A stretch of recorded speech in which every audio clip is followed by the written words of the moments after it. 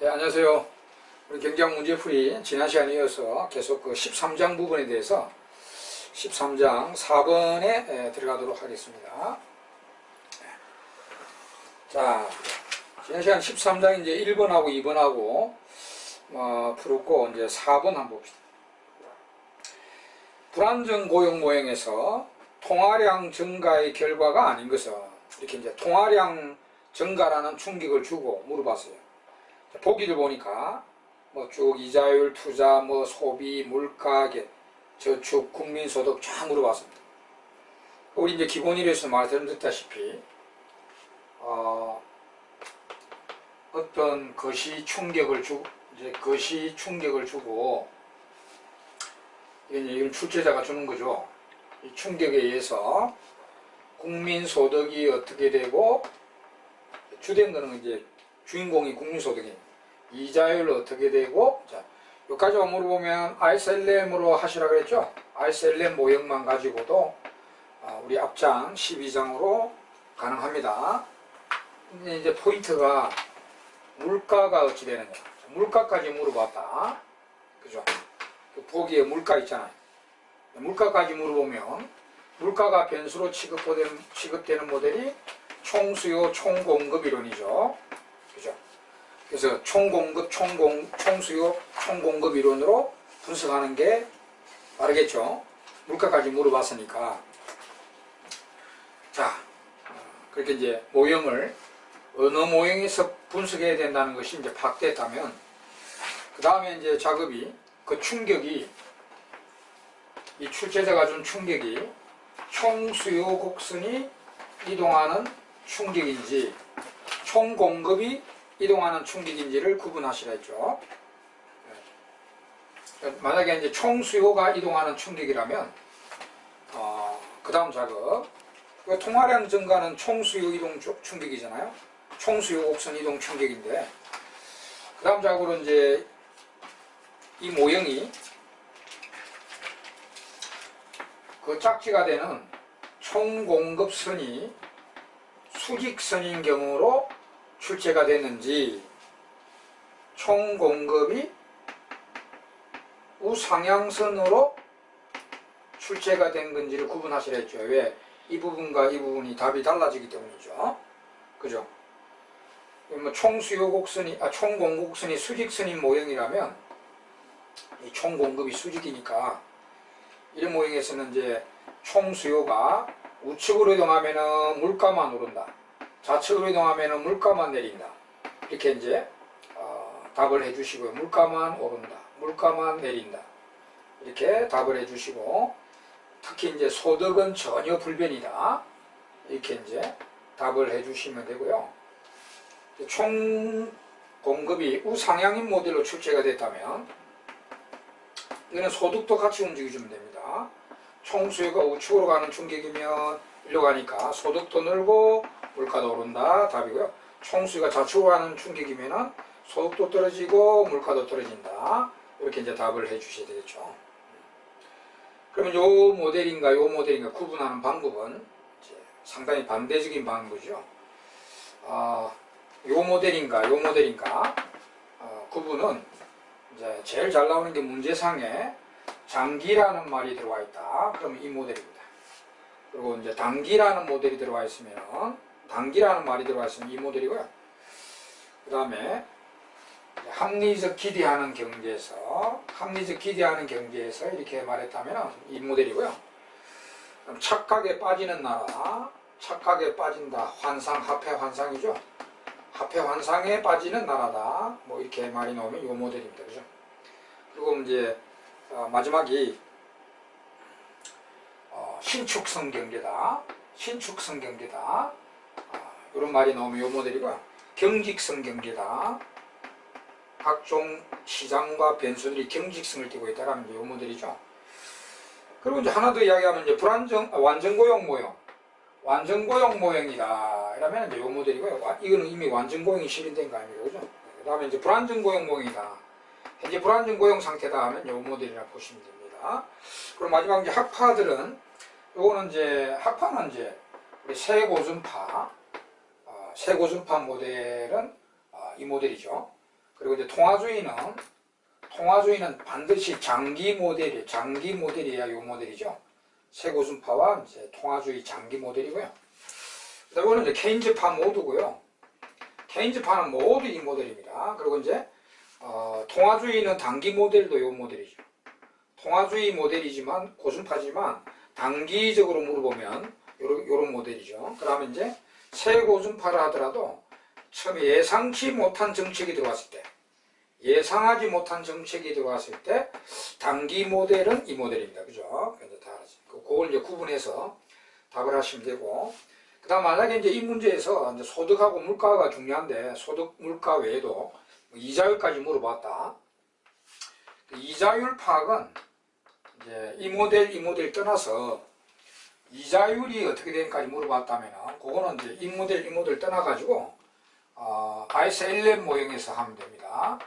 ISLM 모형에서 파악을 해주시면 되죠. 그 출제여준 총수요 충격이, 다시 여러분 총수요 충격이 이게 이제 IS 이동 충격이냐 혹은 이제 LM 이동 충격이냐 이렇게 이제 구분할 수 있겠죠. AD가 ISLM의 아들 아닙니까? 그러니까 이제 AD 충격이 IS 이동 충격이냐 LM 이동 충격 그거 구분해가지고 이자율은 이제 ISLM 모델에서 올라간다 내려간다 파악하시죠. ISLM 모델이 이렇게 있다면 ISLM이 있으면 여기 이제 이자율 아닙니까? 그죠? 그러니까 IS가 우측으로 가는 충격이나 LM이 좌측으로 이동하는 충격은 이자율이 오른다 이러면 되고요. IS가 좌측으로 내려가는 충격이나 LM이 우측으로 이동하는 충격이라면 이렇게 이자율이 내려간다 이렇게 하면 되죠. 그죠? 이렇게 이자율이 오른다 내린다 이렇게 이제 파악을 하시면 됩니다. 자, 그러면 이제 요 지금 4번 문제가 통화량 증가의 충격이죠. 그럼 통화량 증가는 총수요 이동 충격입니다. 그죠? 그리고 이제 불안정 고용 모형 이런 이제 단서가 달려있다. 그럼 요 모델입니다. 네? 불안정 고용 모형. 그래서 여기서 이제 통화량 증가는 AD 우측으로 가죠. 일단 소득 증가, 물가 상승이 답입니다. 일단 소득 증가, 물가 상승 이게 답이고요. 그 다음에 이제 이자율까지 물어봤으니까 이자율은 요 모델이 있어요. 통화량 증가는 LM 우측 이동입니다. 통화량 증가는 LM 우측이죠. 그래서 이제 LM이 우측으로 가면 이자율이 내려가잖아요. 그래서 이자율 하락 이렇게 답변하면 돼요. 그럼 여기서 다 이제 파생되는 건데 여기 이제 핵심이니까 소득 증가, 물가 증가, 이자율 하락. 그리고 이제 해당되지 않는 것은 1번 이자율 하락과 투자 증가. 뭐 당연하죠. 이제 이자율 내려가니까 이제 통화량 증가는 이자율 내려가 투자가 증가되잖아요. 그죠? 이렇게 이제 분석되는 거고. 그 다음에 소비 증가, 물가 상승 나왔고, 소비는 이제 기본적으로 이 소득이 증가되면 소비 증가되고요. 그 다음에 저축도 증가되고요. 그 다음 조세도 증가되고요. 수입도 증가되죠. 우리 이제 CST 임포트가 소득에서 처분되잖아요. 다 이제 소득의 비례함수로 보고 있죠. 일반적으로. 그래서 소득이 증가되니까 소비 증가, 저축 증가, 조세 증가, 수입 증가 이렇게 합니다. 그래서 3번의 조세 수입 증대와 실업 증가, 이 실업 증가 틀리네. 소득이 오르는데 실업은 떨어진다 봐야 되죠. 소득이 오르니까 실업 증가 그 말 틀리네. 그 다음 4번의 저축과 국민소득 증대 맞습니다. 자, 이거 이제 거의 흡사한 문제가 이제 6번에 이제 6번 먼저 보겠습니다. 5번은 나중에 보고요. 6번은 한번 봅시다. 불안정 고용 경제에서 정부 지출 증대의 결과가 아닌 것입니다. 이제 이거는 정부 지출 증대입니다. 정부 지출, 또 밑에 보기 보니까 이제 물가 같은 것도 물어봤어요. 물가가 제대로 물어봤으니까 이제 ADS 모형에서 하자라고 판단이 되고, 정부 지출 증가는 이제 총수요 우측 이동 충격입니다. 총수요 우측 이동 충격인데, 그 정부 지출 증대의 결과 했으니까, 그리고 앞에 이것도 이제 불안정 고용 경제니까 불안정 고용 모형이 요 모델입니다. 불안정 고용 경제에서 그럼 이제 정부 지출 증가되면은 요 앞에 4번처럼 AD가 우측으로 가서 여기로 가니까 소득 증가, 물가 상승이 답이 나오고요. 그 다음에 이자율은 정부 지출 증가는 이제 여기 이제 ISLM에서 하면 정부 지출 증가는 IS 우측 이동 충격입니다. 그래서 IS가 우측으로 가면은 이자율이 오릅니다. 이렇게. 그죠? 그럼 이제 4번하고 다른 거는 이거는 이자율이 오른다만 이제 다른 얘기죠. 4번하고 6번 문제에서 차이가 나는 거는 이거는 다 똑같은데 이자율이 내려가는 게 아니라 이자율이 오른다가 답입니다. 이자율이 오른다. 그래서 1번에 보면 민간 투자의 증가, 이게 틀리네요. 이자율이 오르면 투자가 떨어지죠. 우리 재정정책은 이자율이 올라가니까 투자가 구축이 돼서 투자가 떨어지죠. 금융은 이자율이 내려가면 투자가 증가되는데 이 재정은, 확장 재정은 이자율이 올라가니까 투자가 떨어진다고 봐야 돼요. 그래서 보기 1번에 투자의 증대, 이 말이 틀리네. 다른 건 다 맞아요. 국민소득 증가. 그 다음에 2번에 소비치유가 저축의 증가. 소비와 저축의 증가. 소득이 오르니까. 그 다음에 3번에 이제 고용 증가와 물가 상승. 소득이 오르니까 이제 고용 증가고 이제 물가 상승. 그 다음에 4번에 이자율 상승과 조세 수입의 증가. 이자율 상승과 조세 수입의 증가. 이런 식으로 답이 나오죠. 네, 이렇게 이제 하시면 됩니다. 물론 이제 이 총공급 충격이 들어오면, 총공급 충격은 너무 쉽죠. 만약에 최초 충격이 총수요 충격이 아니라 총공급선 이동 충격이다. 여러분들 총공급 이동 요인도 잘 알고 계시죠? 총공급 이동 충격이 들어오면 그건 좀 간단합니다. 그죠? 두 번째는 이제 출제자가 준 충격이 총공급선 이동 충격이 들어왔다. 이때 이제 소득과 물가와 이자율 이런 거 물어보면, 요거는 이제 총공급이 이제 수직이냐 우상향이냐 이제 구분할 필요 없이 총공급 수직이 이동하는 거, 이 우상향 총공급도 같이 이동하잖아요. 그리고 이제 단기 총공급만 이동하는 거든 하여튼 상관없이요. 이거는 총공급이 우측 이동이냐 좌측 이동이냐 요것만 잘 파악하면 되죠. 총공급이 우측으로 이동하면은 이렇게 경제가 일로 가니까 우측으로 이동하면은 소득이 증가되고 물가는 하락되고, 물가가 하락되면은 이자율도 같이 하락됩니다. 물가 하락은 실질 통화량 증가하기 때문에 이제 이자율이 하락하게 되고, 그다음 총공급이 좌측으로 가면은 소득이 떨어지며 물가 상승하면 이제 스태그플레이션이죠. 물가 상승하고 나면 이제 또 이자율도 같이 오릅니다. 여기 이제 요 두 개가 답입니다. 총공급 우측 이동은 여기 답이고요. 총공급 좌측 이동 충격이 들어오면 요놈이 답입니다. 이 두 개 중에 하나가 답입니다. 그렇게 하시면 나중에 이제 총공급 이동 충격에 대한 문제들 뒤에 많습니다. 그때 이제 보시도록 하고. 자, 그럼 전체 정리가 됐죠. 자, 그럼 다시 이제 5번으로 돌아가서 이제 5번은 그 합리적 기대 학파, 최고준 학파의 견해를 좀 물어봤습니다. 일단 뭐 5번은 합리적 기대 가설에 따르면 정부의 확장 재정 정책은 어떤 결과를 가져오는가 했습니다. 그 예상된 재정 금융은 단기에도 전혀 효과 없죠. 근데 이제 예상치 못한 깜짝 비밀 재정 금융은 단기에만 효과를 본다 이러죠. 그러니까 여기 보면은 1번이 답이네. 이제 비공개적으로 비밀리에 시행할 때 단기에 효과가 있다. 이제 그 예상된 재정 금융은 어떤 경우에도 단기에도 효과가 없다. 이렇게 이제 나와야 되겠죠. 그래서 뭐 답은 1번입니다. 그죠? 1번인데 뭐 합리적 기대파의 또 이제 정책 견해를 또 정리를 해야 되겠죠. 합리적 기대파는 70대 최고전학파로서 일단 합리적 기대 개념은 이 합리적 기대 개념은 그죠? 현재 주어진 모든 정보를 입수해 가지고 합리적으로 예측하는 행위죠. 그러니까 정보를 주면은 무조건 다 알아버립니다. 현재고도 주어진 모든 정보를 또 입수해 버리니까 정보를 주면은 모두 다 알아버리죠. 그래서 근데 여기 주어진 정보니까요. 정보를 주지 않으면 단기에 모릅니다. 이제 이 합리적 기대가 완전 정보가 아니죠.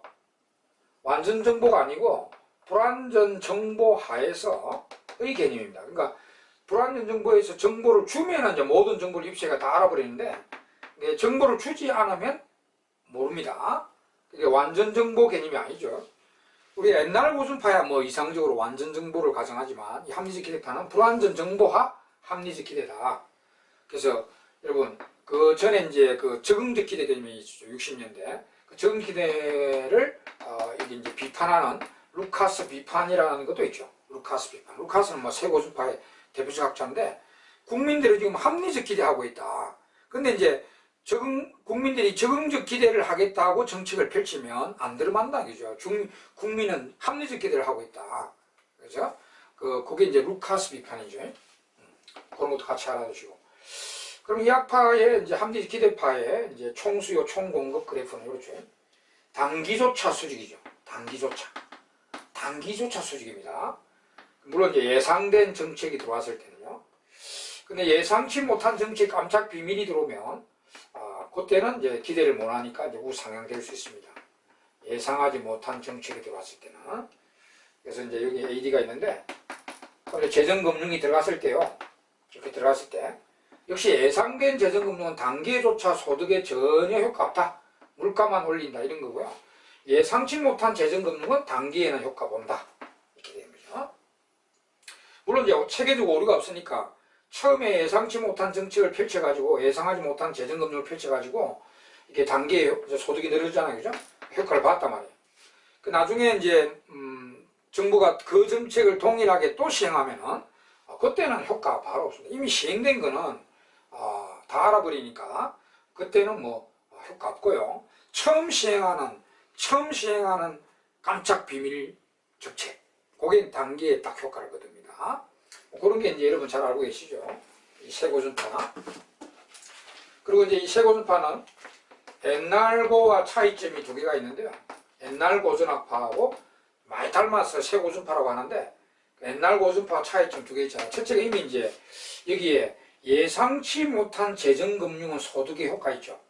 처음 시행하는 예상하지 못한 재정금융은 소득에 효과 있다, 이 말이에요. 그럼 우리 옛날 고전파는 앞에서도 했지만은 어떠한 재정도 금융도 소득에 효과 없죠. 어떠한 재정금융도 소득에 효과 없습니다. 옛날 고전파는. 근데 이 새고전파는 예상하지 못한 깜짝 비밀 재정과 금융정책이 들어오면 단기에 소득에 효과 있다는 거, 그게 차이점이죠.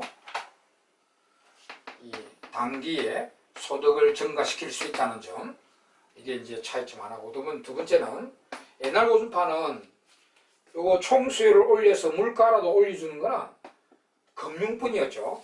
통화량 증가만이 총수요를 증가시키고 이게 물가를 올린다 이렇게 했죠. MB 콜 PY, PCL 교환 방정식 아시죠? 그죠? 통화량 증가만이 수요를 올리고 물가를 올리는 범위이다. 이건데 이런 재정도 같이 들어가죠. 재정도 총수요를 올릴 수 있고 물가를 올린다고 그런 거죠. 그래서 재정 정책도 총수요를 증가할 수 있고 물가를 올릴 수 있다. 금융만 그런 건 아니다. 요것도 이제 옛날 거와 차이점 두 개가 있습니다. 그죠? 자, 여기까지 이제 합리적 기대파 또 설명을 드렸습니다. 네. 자, 그러면 이제 7번으로 한번 가보겠습니다. 7번은 이제 효율성 임금 가설이 나왔죠. 일단 이제 효율성 임금 가설은 7번에 이제 효율성 임금 가설에 대한 설명으로 옳은 것을 모두 골라라 했습니다. 일단 효율성 임금 가설에 대해서 설명을 드리고, 또 이제 효율성 임금 가설이 그 새 케인즈학파 70년대 세고준파의 정적인 새 케인즈학파의 이론 중에 하나죠. 그 이제 새 케인즈파 또 이론을 또 정리 같이 하겠습니다. 이 효율임금 가설은 자, 7번에 효율임금은 일단 그림상 보면 어느 수준이냐면은 요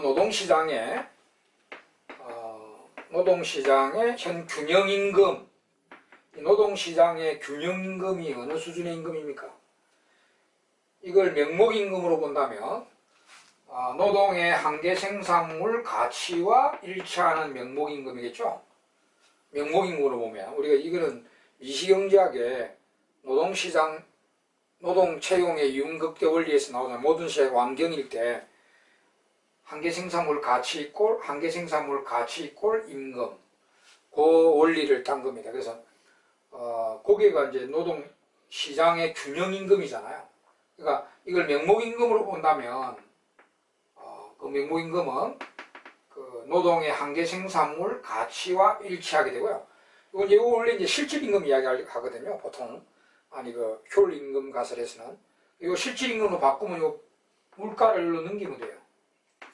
물가를 늘리면 실질임금이 되버리죠. 그러면 실질임금은 여기에 균형 실질임금은 노동의 한계 생산성과 일치하는 실질임금이 균형 실질임금입니다. 노동시장의 균형 실질임금은 실질임금이죠. 어느 수준의 실질임금이냐면은 노동의 한계 생산성과 일치하는 실질임금이라고 봐야 됩니다. 그럼 이제 효율임금은 요 놈이 아니고요. 노동의 한계 생산성과 일치하는 실질임금이 효율임금이 아닙니다. 효율임금은 요거보다 더 높은 실질임금이죠. 그러니까 정확히 말하면 노동의 한계 생산성보다 높은 실질임금, 이렇게 그게 효율성임금입니다. 여기 이제 효율임금인데, 그럼 이 기업가가 이런 효율임금을 지불한다는 거죠. 기업가가 이런 효율임금을 지불한다. 이런 실질임금을 지불해도 될 텐데, 지금 시장 균형 실질임금이 요거 아닙니까? 근데 이렇게 높은 실질임금을 지불한다는 거죠. 그 이제 목적이 있단 말이죠. 그 목적은 첫째, 도덕적 해이를 줄이고, 그죠? 그 다음에 역선택도 줄이고, 우리 이제 노동시장에 도덕적 해이와 역선택을 동시에 줄일 수 있는 게 효율임금이죠. 그 다음에 이직률 줄이고요. 이직률 줄여서 이직 비용 같은 거 줄이고요. 그 다음에 교육훈련비도 줄이죠. 교육훈련비. 처음부터 질 좋은 노동자가 채용되니까 교육훈련비도 많이 줄이고, 그 다음에 월급 많이 주니까 노동자들이 잘 먹어가지고 건강이 좋으니까 출근해가지고 생산성도 높죠. 그리고 이게 이제 다 한꺼번에 하면 결국은 노동자 생산성이 좋아진다. 그래서 결국은 이제 기업가도 유리하다. 기업가도 결국은 유리해진다는 그런 논리입니다. 그러니까 이건 이제 원래는 우리가 전통적인 이론에는 노동의 한계 생산성이 올라가면은 이제 실질임금도 올라간다는 그런 논리거든요. 근데 이 이론은 거꾸로죠. 애초부터 실질임금을 올려주면은 이런 것 때문에 노동자 생산성이 올라가게 되어 있다는 거예요. 이런 논리입니다. 이게 이제 그 효율임금 내용입니다. 그럼 이제 실업에 미친 효과는 요 노동시장에서 요 임금을 주니까 요 기업에게 이제 노동자들이 이만큼 일을 하고 사는데도 이만큼밖에 채용 안 되니까 비자발 실업, 특히 이제 구조적 실업은 증가할 수 있고요. 구조적 실업은 이제 증가할 수 있고, 단 이제 이게 이제 이직률 떨어지니까 자발 실업은 감소할 수 있는 요인이 되는 것입니다. 그래서 실업에 미친 효과는 이렇게 이제 양면성을 갖고 있습니다.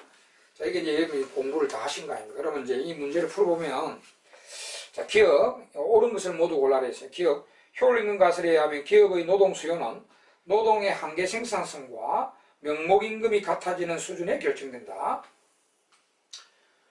여기 노동의 한계 생산성과 명목임금, 그거는 뭐 말이 되지 않습니다. 틀린 말, 아예 뭐 효율임금이고 막 이 말 자체는 틀리죠. 노동의 한계 생산성과 일치한 요 시장의 뭐 효율임금 말고요. 시장의 균형 실질임금은 노동 한계 생산성과 일치하고, 명목임금으로 하면 이제 노동의 한계 생산을 가치와 일치한다. 이렇게 요게 두 개 같은 말입니다. 이렇게. 그러니까 시장의 균형 명목임금은 노동의 한계 생산물 가치와 일치한다. 이렇게 되고, 시장의 균형 실질임금은 노동의 한계 생산성과 일치한다. 이렇게 이야기를 하는 겁니다. 그래서 그건 효율임금과 관계없는데 여기 시장 균형임금은 그렇게 말해요. 그러면 여기에 기업의 노동 수요는 노동의 한계 생산성과 그 명목임금이란 말은 앞뒤가 전혀 안 맞죠. 노동의 한계 생산성이라 말했다면은 실질임금을 말해야 돼요. 실질임금. 아니 효율임금 말고 그 시장 균형임금을 말할 때는 노동의 한계 생산성과 일치하는 실질임금은 효율임금이 아니고요. 노동의 시장의 균형 실질임금 이렇게 말해야 돼요. 그래서 이거는 뭐 아예 말 자체가 틀리다고 보면 되고요. 그 다음 니은에 효율임금 가설은 비자발 실업을 설명한다. 이제 비자발 실업은 발생할 수 있다고 합니다. 노동시장에 비자발 실업, 구조적 실업은 발생할 수 있겠죠. 그런 이해는 맞고, 그 다음 디귿 효율임금 가설에 의하면 노동자의 근로의욕은 명목임금의 크기에 좌우된다. 명목임금이 아니고요. 반드시 실질임금을 균형 실질임금보다 높여줘야 됩니다. 왜냐하면 여기서는 노동자들이 물가는 정확하게 꿰뚫고 있기 때문에, 물가를 알고 있기 때문에 명목임금만 올려주가 이런 효과를 보이지 않습니다. 실질임금을 올려줘야 이런 효과를 보이게 되죠. 그래서 디귿도 틀리고, 리을은 맞죠. 효율임금 가설에 의하면 노동자의 생산성은 실질 임금에 의해서 좌우된다. 그러니까 이렇게 임금을 올려주니까 이제 노동자 생산성이 올라간다는 거죠. 이렇게. 그래서 결국 기업가도 유리해진다. 뭐 이런 논리입니다.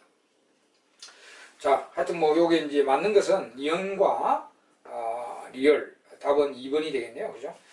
그러면 요게 이제 새 케인즈파의 이론 중에 하나죠. 이론 중에 하나. 이게 이제 임금의 경직성을 주장하는 이론이죠. 그러니까 이게 이런 목적으로 기업가가 이런 효율 임금을 지불하고 있다. 그러니까 이제 상황이 안 좋고 경기가 안 좋고 물가가 내려가고 이래 돼도 물가가 내려가는 다 알아도요 쉽게 요 임금을 낮추지 않는다는 거예요. 왜 낮춰버리면 더 큰 손해가 일어나기 때문에 당분간은 이 경기 안 좋고 물가가 내려가는 걸 알아도 이렇게 임금을 내리지 않는다는 임금의 경직성 주장 이론 중에 하나죠. 그죠? 그럼 이제 새 케인즈파의 정책 견해를 이제 설명을 드리자면은 새 케인즈파는 70년대 이제 새 고전파, 합리적 기대파의 합리적 기대 개념을 겨냥하고 나온 학파죠. 그래서 이 사람들은 합리적 기대는 인정한다. 그게 이제 착각은 없다. 좋다. 물가 착각은 없다. 우리가 모든 기업들이나 노동자나 국민들이 합리적 기대는 한다. 이렇게 인정해 주지만 그렇지만은 기대는 하지만은 그에 대해서 반응 행동을 안 한다. 그래서 경직성은 여전히 유지된다. 이렇게 주장합니다. 그러니까 앞에 자기 스승들은 케인즈나 케인즈파들은 물가를 몰라서 반응 안 하고 경직이다. 물가를 몰라서 반응 안 하고 경직이다. 이렇게 주장하는데요. 이 사람들은 딱 요거 하나만 다릅니다. 기대는 한다. 기대는 한다. 착각 없다. 그게 또 이런 새 케인즈파와 그 앞에 자기 스승들하고 차이점이 요거로. 기대 개념이 다르죠. 우리 케인즈는 정태적 기대고요. 케인즈파는 적응적 기대, 적응 기대, 단기 개념. 요거는 이제 비슷하죠. 적응적 기대가 정태적 기대, 단기 개념에 포함이 되니까 비슷한데 어쨌든 착각입니다. 노동자들이 물가를 모른다, 국민들이. 이렇게 이제 그렇게 펼치는데 이 새 케인파는 물가는 안다, 기대한다. 근데 이제 여러 가지 이유 때문에 반응을 안 한다. 자기 가격 변수의 적각 물가만큼 변화시키지 않는다는 거죠. 그래서 여전히 경직이다. 그러면 여전히 이제 총공급은 우상향할 수 있다고 주장하고요. 그럼 정부의 재정금융은 여전히 효과적이다. 이런 논리로 가는 겁니다. 요걸 이제 알긴 아는데 반응을 안 한다. 요거 이제 주장하는 근거 이론으로 총 여러분들 9개 이론이 있다는 거 아시죠? 임금의 경직성 이론이 제일 중요한 게 5개 이론이 있고요. 여러분 이론 뭐 9개 우리 이론에서 다 공부하셨을 겁니다. 임금의 경직성 이론 5개, 재화 가격의 경직성 이론 3개, 그 다음에 대출 금융기관의 대출 이자율의 경직성 이론을 1개, 이렇게 해서 총 9개 이론이 있죠. 그거는 단기로는 이제 그 설득력이 있다고 이제 받는 이론입니다. 인정받는 이론이죠. 그래서 이제 이 케인즈파 70년대 새고전파의 공격에 대해서 새고전파는 이제 합리적 기대를 한다고 총공급이 수직일 가능성이 높다라고 주장하면서 총수요 관리 정책, 정부의 총수요 관리 정책 효과 없다, 무능하다 이렇게 주장하는 학파인데 새 케인파는 합리적 기대를 주장해 주면서 여전히 총공급은 우상향한다. 그래서 재정금융은 효과 있다. 정부는 여전히 신이다. 이런 주장을 주장하는 게 이제 새 케인즈파죠. 자, 새 케인즈파가 그렇게 간단하게 9개 이런 거 제목은 다 기억해 두셔야 됩니다. 그게 그런 취지의 새 케인즈파 이론이라는 거. 자, 그럼 이제 됐고 이제 8번으로 한번 가보겠습니다. 8번.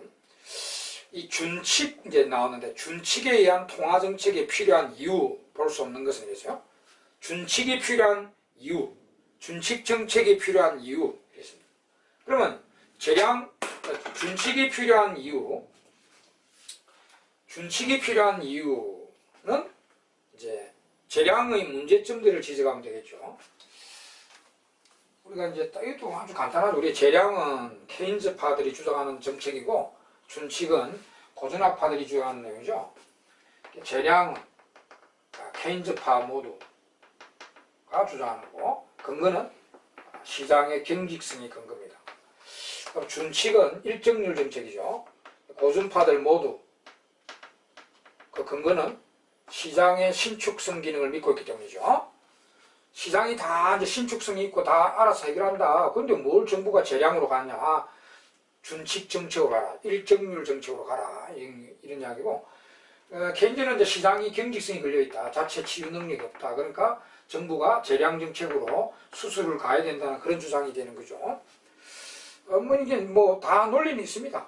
논리고, 그 다음에 이제 재량을 하면은 이제 문제점들이 많이 이제 수반되는데 네 가지가 있죠. 재량 정책의 문제점은 이제 첫째, 이랬다 저랬다 하는 정책이니까 준칙보다는 이거는 일정률로 가는 거고, 정책을 이거는 이제 이랬다 저랬다 뭐 이렇게 새롭게 펼치는 건데, 그러니까 이제 경제의 불확실성을 엄청 야기할 것이고, 그 다음에 시차 문제를 더 강하게, 준칙보다는 더 강하게 불러일으킬 것이고, 그 다음에 이익 집단의 로비 가능성도 막 생겨가지고 재량으로 가면 이제 또 정책을 엉뚱하게 쓸 가능성이 높고, 정치가들이. 네 번째는 이제 최적 정책의 시간적 비일관성 문제, 시간 비일관성 문제 이렇게. 재량은 시간 비일관성 문제가 있다. 시간 비일관성 문제. 이 시간이란 말이 여기 이제 동태, 장기라고 보면 돼. 그러니까 이랬다 저랬다 정책을 막 움직여 버리니까 이거는 민간들이 정부 정책을 믿지 않는다는 거죠. 자꾸 정책을 오락가락 해버리니까 연년마다 정책이 자꾸 바뀌어버리니까 이게 이제 국민들이 정부 정책을 믿지 않는다는 거죠. 그래서 장기로 가면 이제 비일관된 정책이니까 민간들이 이제 정부에 대한 신뢰가 부족해서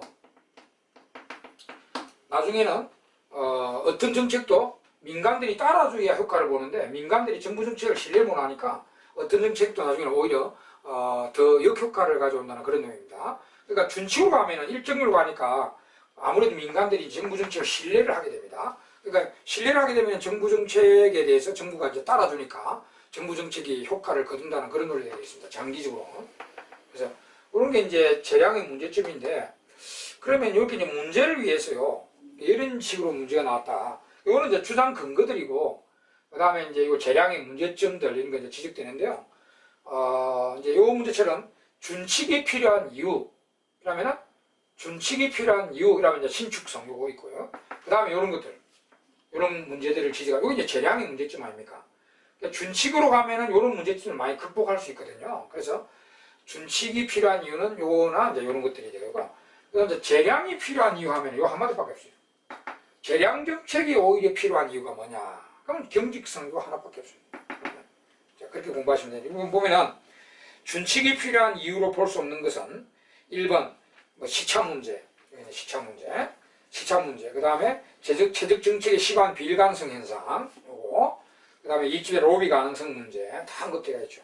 4번은 가격의 경직성 요구입니다. 이거는 오히려 재량 정책이 필요한 이유입니다. 시장이 경직성에 걸려서 시장이 자체 치유 능력이 없다는 거죠. 그러면 이제 정부가 수술해야 되니까 재량이 필요한 이유입니다. 재량이 필요한 이유. 이거는 또한.